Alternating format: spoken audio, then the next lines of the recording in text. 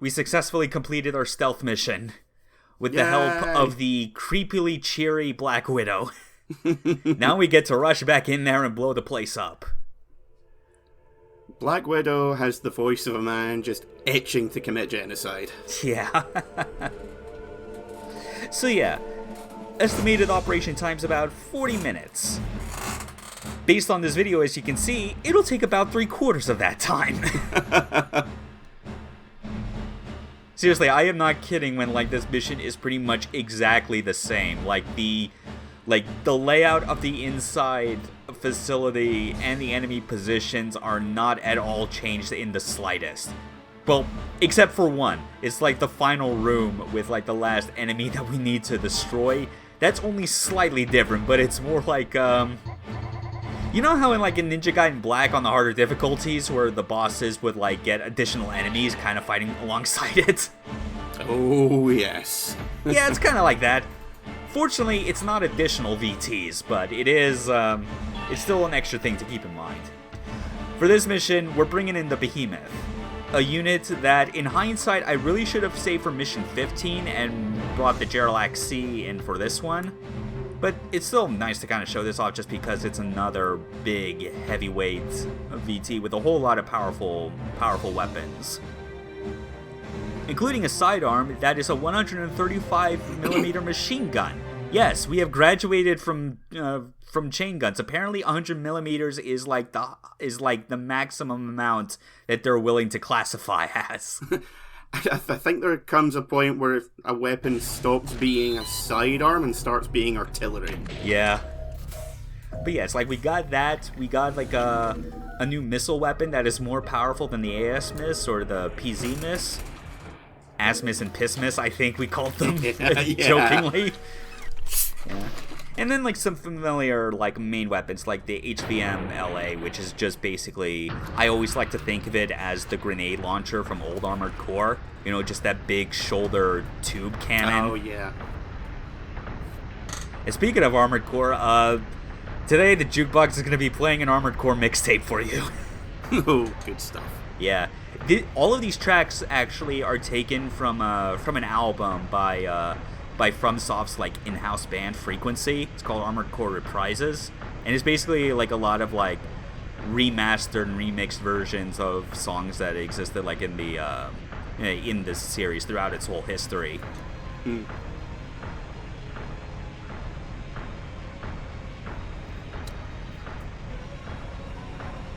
But yeah, for now, this is just us going back through the canyon as usual. Well, I'm sure nothing interesting will happen now. No. Music's still ramping up though, and it's giving me a huge itching to replay Armored Core 3 and just that specific generation of AC games. I kind of feel that was not the best point of the series, but the point where it all came together the best. Yeah, it's you've got the good speed, you've got the good controls, everything's just challenging enough. Yeah, it's like Silent Line and Last Raven are to me the two best Armored Core games for a good reason. Because of they're part of that whole generation. Plus it's that specific period of time for AC I think was the most interesting in terms of continuity, you know? Yeah. Because that was when they kind of rebooted the whole universe again after first and second gen AC were basically all part of one timeline. And it's the sort of thing where it's it's technically a reboot, but it is also still hitting on the exact same themes and even kind of subverting your expectations on certain plot points, you know? Yeah. Because it's both of those first two timelines start in the same situation where you're basically just doing mercenary work in an underground society because the whole surface is screwed up. Yeah. They kind of brought that idea back with 5 as well, didn't they? Not to the same degree. There's still a lot of action on the surface. But I think it was more the thing with 5 and Verdict Day was that it was not known at the time when they released, but only well, at the time 5 was released, it was not revealed, but in Verdict Day it became heavily implied that, yes, this actually took place after 4 and 4 Answer. Because basically the implication was that your actions in the genocide ending of 4 Answer basically led to Armored Core 5. Yeah.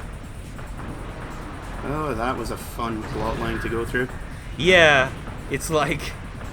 It's weirdly, like, enough the most interesting part of 4 Answer to me, even if I do think it goes way, way too hard, even compared to the other ways the series goes apocalyptic sometimes. Yeah. Because it's less about, like... Because when things go bad in, like, other Armored Core games, it's usually the result of, like, of huge idiots, mainly, like, the big corporations, like, playing with powers they don't understand. 4 Answer's like... genocide run is you just deciding, like, almost unprompted to be like an omnicidal maniac. Yeah, it's like in previous games, you know, someone goes a bit too far and creates 9-ball. And in that, it's like, hey, we're going to keep a running tally of all the people you're murdering. Ain't that fun? Yeah, it's like... Go for the high score. Like, you get to the end of Armored Core Nexus, and then you realize that this nebulous, like, new, like, resource, mineral, whatever it is that the companies are fighting for doesn't matter, because one of the corporations accidentally dug up, like, an ancient series of, like, mass-produced suicide-bombing drones, and it just raises the surface all over again. Though I do like the detail from 4 Answer when you're on that final mission, where it's like, it does like a brief acknowledgement of the fact that, as always, your main character in the Armored Core games is typically a silent protagonist. So it leads to like one of the AC's kind of like, or next, as I should call it, because that particular series. That sub-series of Armored Core feels like the Armored Core name was extremely undeserved, because they barely tried to, like, make it fit in a reasonable way. Get your terminology right, Jesus. Well, hey, that goes to show, again, why, like, I dislike Armored Core and 4 Answer and think that those are the worst games of the series. But yeah, I like the detail during that final mission where in an acknowledgement that your character doesn't really speak, that it goes, you know, maybe he's an animal. Does he even know how to speak? Which is a pretty great, like, damning indictment of, like, your behavior as a player in universe at that point. Isn't there at one point where someone says, "What's up? Don't you have anything to say for yourself?" Or is that one of the others I'm thinking of? I think that there might be another in that mission. I don't know. I think that and one other moment in the series comes to mind that shows how absolutely, like, morally, like, bankrupt or inept that you can potentially be, and that's at the end of Armored Core 2 Another Age.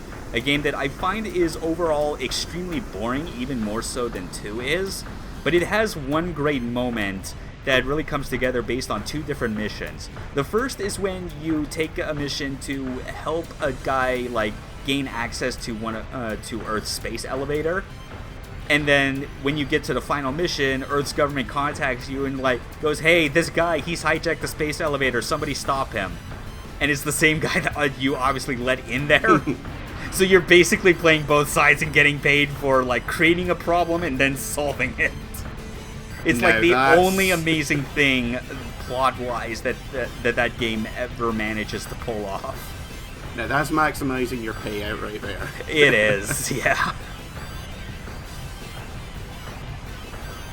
I think we didn't get most of the...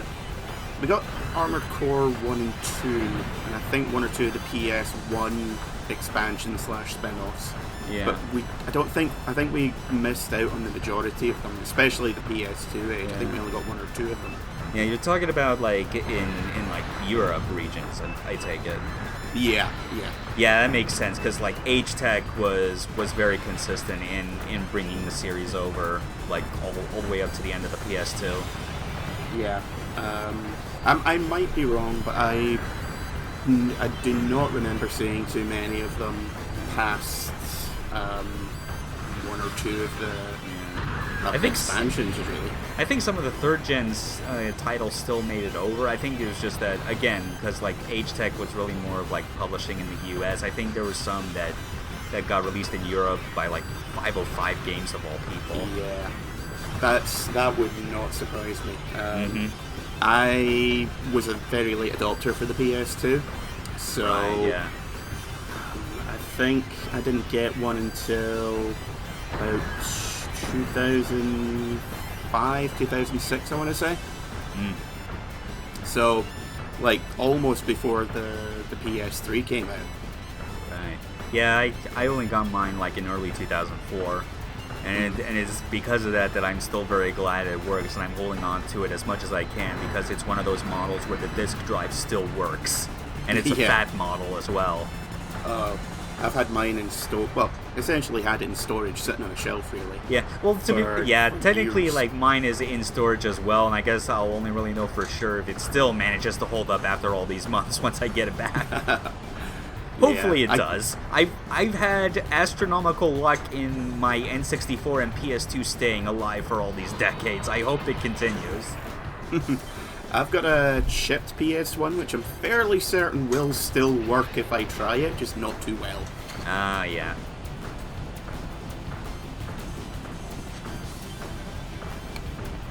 We're in just a little bit into the facility on this first hallway before we head back out and do a supply run, but this is the part where where like after I take out these couple of enemies and resupply, things are going to slow down a lot more because of how with the behemoth I only have the main fuel tank. Like I don't have it doesn't give you the option to equip any sub tanks, and because of that, things slow down a lot as I have to purposefully restrain myself from using the override because of how it increases fuel consumption. Yeah. And the other thing with this is that you can see why I'm backing up a lot right now.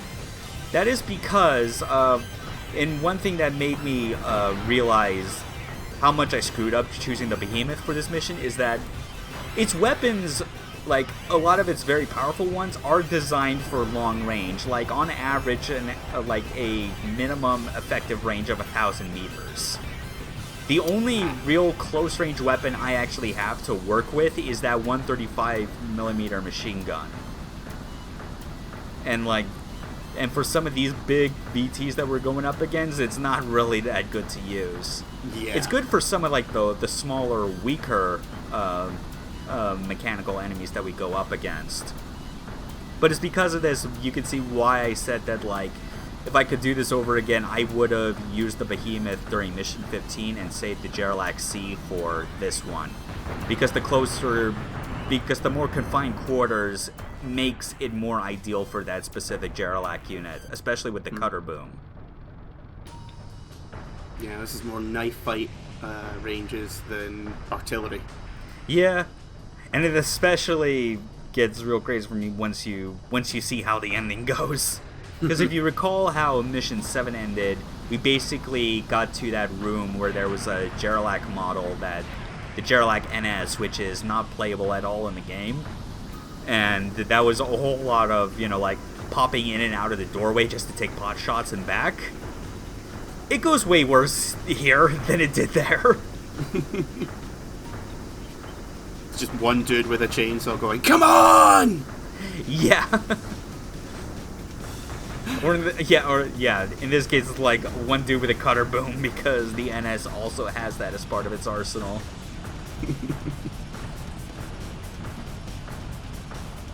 Runs out of fuel and just picks up a broken bottle and is like, "You think you're getting away, mate?" Oh, yeah. God, don't even remind me about fuel. I mean, just look at, like, that red meter for the main fuel tank already. Yeah. Barely halfway through and you're already running on fumes. Yeah. And even without the override, it's not going to get that much better. It'll still get pretty low by the end.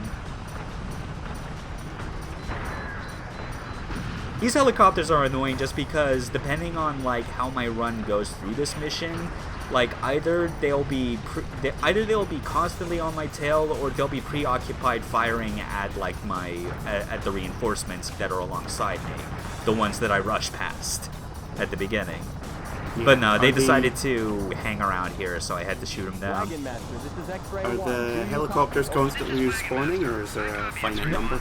It's a finite number. It's just that with the route I go, there's always a chance that it's just gonna be those two that keep following me, unless I take them out.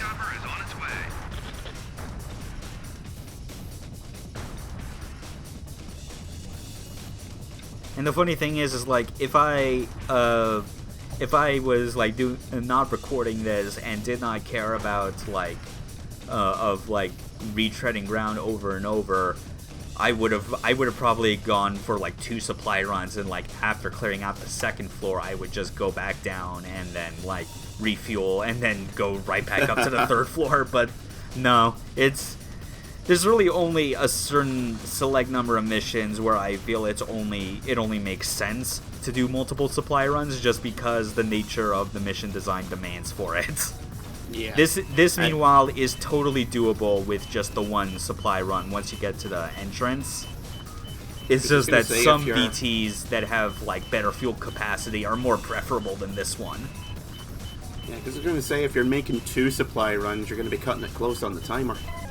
Yeah, or I think more likely than that, I would probably still make it in about the same amount of time as this video. It's just that the difference is that I'd be using Override a whole lot more. Because I could account for the amount of extra fuel I'd be spending just for clearing out the second floor, then working my way back to the entrance. Fair enough. Yeah.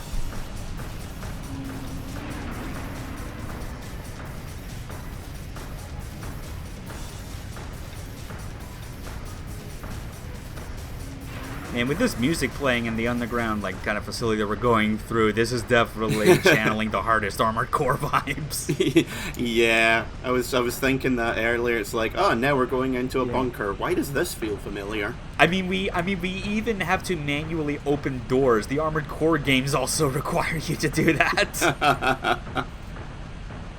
I forget. Couldn't you just swipe them with an energy blade? You didn't swipe at them. It just so happened that the button you use for your energy blade also corresponds to the use button. That might be what I'm thinking of. Yeah, it's like, because if you're close but not close enough, you'll obviously like swing at it. Right. Which is a shame, because I feel like it would be more fun if like the way to open doors was to just like swipe at the lock mechanism that's next to it, and then the doors just open. I mean, that would make a lot of sense, wouldn't it? It'd make a lot more sense. Carve the door open. Yeah, especially because in that context, like, why would you ever feel the need in any of those missions to close the door again? Yeah. And how much more badass is it opening a door with a plasma blade? I mean... Oh, yeah. It's right there. Exactly.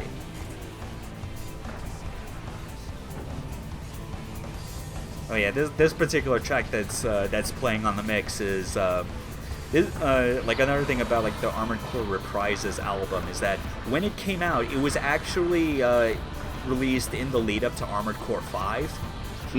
And this track is like one of the few that it was actually made for that game specifically, I think. It sounds very reminiscent of the 4 and 4 Answer soundtrack.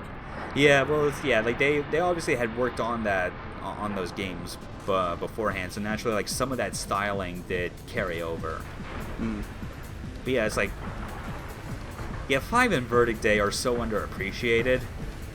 Like, and it's part of like what leads me to even more disliking 4 and 4 Answer, just because so much of like just the common basic bitch complaint I always see people make about Armored Core 5 is how slow it is. And it's like, the fuck are you talking about? Have you not played any other Armored Core games, you know, like the good ones? Yeah, it's not slow. It's the Armored Core 4 felt more like fucking Virtual On. Yeah, it was like, it felt like someone at FromSoft trying to do a very poor simulated version of the kind of gameplay flow of Another Centuries episode, which they did make, and works so much better in practice than how Armored Core 4 and 4 Answer do on a mechanical level. Like, it feels like the analogy I would use is like if Classic Armored Core was like Daytona USA, it's like then 4 and 4 Answer is like if someone tried to make Sega Rally Championship but completely fucked up the car handling. Like someone got the basic idea of how a rally car should handle but went way overboard on the slipperiness. That's what it feels like to me. Or like the difference between Gran Turismo and Outrun. Or is that just me?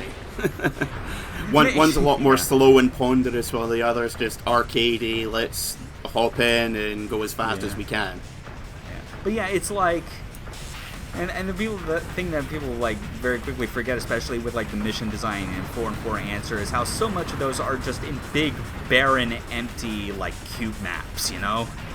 Or just... like I call them cube maps. Like I feel like they barely qualify as being actual environments. That's how fucking sparse they are. At least with 5 brown maps filled with bloom. That's every stage. Yeah. Whereas you play 5 in Verdict Day, it's like there's a bigger emphasis on being in urban environments with buildings and such, and it's like, sure, you can't use your boosters to just give yourself infinite height, but the surroundings is what gives you that extra height because you can wall jump off it. And seriously, how cool is that? Wall jumping mechs. It's basically like it's basically a more sim-heavy version of the gameplay in Metal Wolf Chaos. Especially since it has features about it that I wish Metal Wolf Chaos actually had, like the wall jumping. Yeah. Even the mechanism for changing your weapons in Armored Core 5 and Verdict Day is very similar because they're loaded like on a conveyor that's mounted to the shoulder of the unit. Yeah. Plus everything from like the tone of it and the fact that like Verdict Day especially I think makes a lot better good on the whole legacy of White Glint. Because it was just like a random nobody in 4. Then it became a more specially designed mech in 4 Answer where they got Shoji Kawamori back to design it, and because of that it's the only mech in 4 Answer that I think actually looks good. Because they got, the guy who actually made all of the part designs for the Armored Core games up through Last Raven. Yeah. And then, but even then, in 4 Answer, he was still like a huge chump. And it was only until Verdict Day where they basically gave White Glint its 9-ball Seraph moment. Yeah. And that point like where it was like, oh fuck, so this is something that actually deserves to be feared now. And they made 2 versions of that boss fight. The one is which you fight in the campaign, and the other is one that you fight as part of like a special kind of sortie in multiplayer that has its own phase and different attacks. It's crazy. See, I never played the multiplayer for any of them, basically, just because it was inevitably full of people that had max level parts, or that were just outright cheating. Yeah. That just always sours me on a game's multiplayer. Yeah. I played enough of Verdict Days just to like get just to get access to some of those special multiplayer only fights, which like included the one with like the upgraded White Glens, which was pretty impressive because that one, its first phase is basically designed where you have to basically shoot it down when it's on a big rocket that's like basically running a figure 8 through the arena. And then once that's just not fair. Yeah, and then when you get to its second phase, it basically starts rushing you with melee, which is very different from how it is in the main campaign, where it's just firing guns, and then occasionally goes in to do a big AoE blast because it still carries over the whole primal armor system from 4. Yeah, never could work out how that worked. Yeah, I basically looked at that whole fucking thing as them basically just doing what Gundam 00 was going to do with G-Particles. Yeah, they really, really wanted to give your suit a super mode of some description. Which did not work. Yeah, that's like ultimately like, I guess the final nail in the coffin for why I hate 4 and 4 Answer. Just the way the ACs, the necks, how they work in that, it just feels so much like just following the trends of like what was seen in like quote real robot series of the time, you know, with like Gundam shows from the 2000s, Code Geass, all that bullshit. Yeah. It had just strayed far away from like that very dingy 80s like sci-fi dystopian kind of vibe that it had. Yeah, now you mention it, I can see quite a bit of Code Geass in 4 and 4 Answer. Mm-hmm. Especially with stuff like the Lancelot, which is just, I'm going to be super fast and do spins everywhere, and no one's going to be able to catch up with me. Yeah, everyone moves and spins super fast, and every mech looks like it's a stick figure with a bunch of colored glass, like broken stained glass glued to it at various edges. Or everything looks like a humanoid figure just with big boxes stapled onto it. Yeah. And some of them are like V-shaped to make it look a bit more like streamlined, I guess. Yeah. But anyway, busy. We got boss music right now. Oh shit. Yeah. Yeah, we're fighting the NS model again, and even if it's non-9-ball, it did feel like it at the moment. I think it kind of helps if you don't skeet all your weapons at the wall.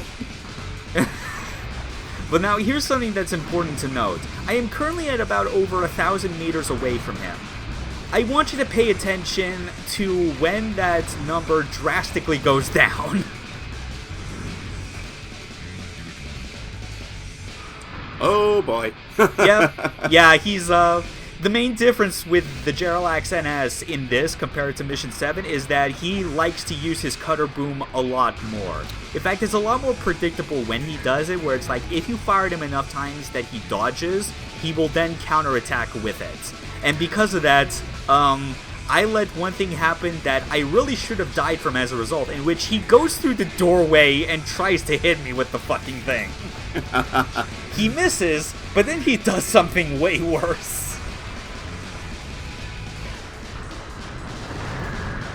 Yeah, see, he dodges, and that means he's preparing the cutter boom. I dodge out of the way, thankfully. However...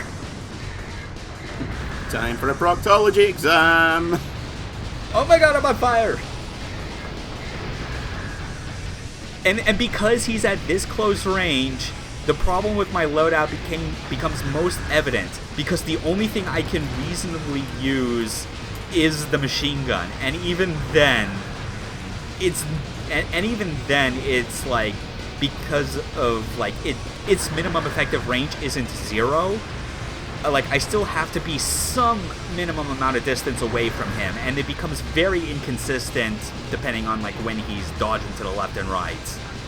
So this is a bad spot. I was very worried at this point that I was just gonna die, but then I decided to make a break for the inside of the big room. Because it's like, okay, there's more space out there. I could probably reposition myself and just deal with him that way and be able to use my HVM LA again. So now it turns into a proper Armored Core boss. Yeah, it's like, this is like when playing the first Armored Core game in the final mission where you have to face Nightball twice. Yeah. And it's like, the safest strategy is to try and like, to lure him out of that big cylindrical room, the big tall vertical space. But then sometimes, even when you do get him in there, he gets stuck in there and you're now trapped with him. And it backfires horribly. Okay, so we're about close to 1,000 meters away from him again. You just gotta keep backing up a bit more and then get in range that I can hit him again, you know? This really should not have played out the way that it did. I am still amazed. You should not be alive. Absolutely not. He's still trying. God bless him. Yeah. Again, kind of similar to Armored Core, sometimes the AI has very obvious holes in it that lead you to exploiting it. But at least the 9-ball music ended just in time. Good timing, gotta say. No, I am not alright, Argus. What do you think? I have third-degree burns everywhere. I am not happy.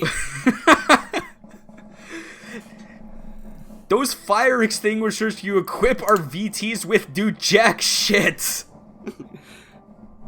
I thought those were fire extinguishers. No, so I thought those were fire extinguishers. Turned out, big cans of Cheese Whiz. There's a cost-saving measure, X-Ray 1. Consider this payback for wasting time bringing back a cow from the gorilla village last time. We had steak. You're still holding that against me after 2 years. Never underestimate a commanding officer's grudge. It's all I have left in the world. My life is empty.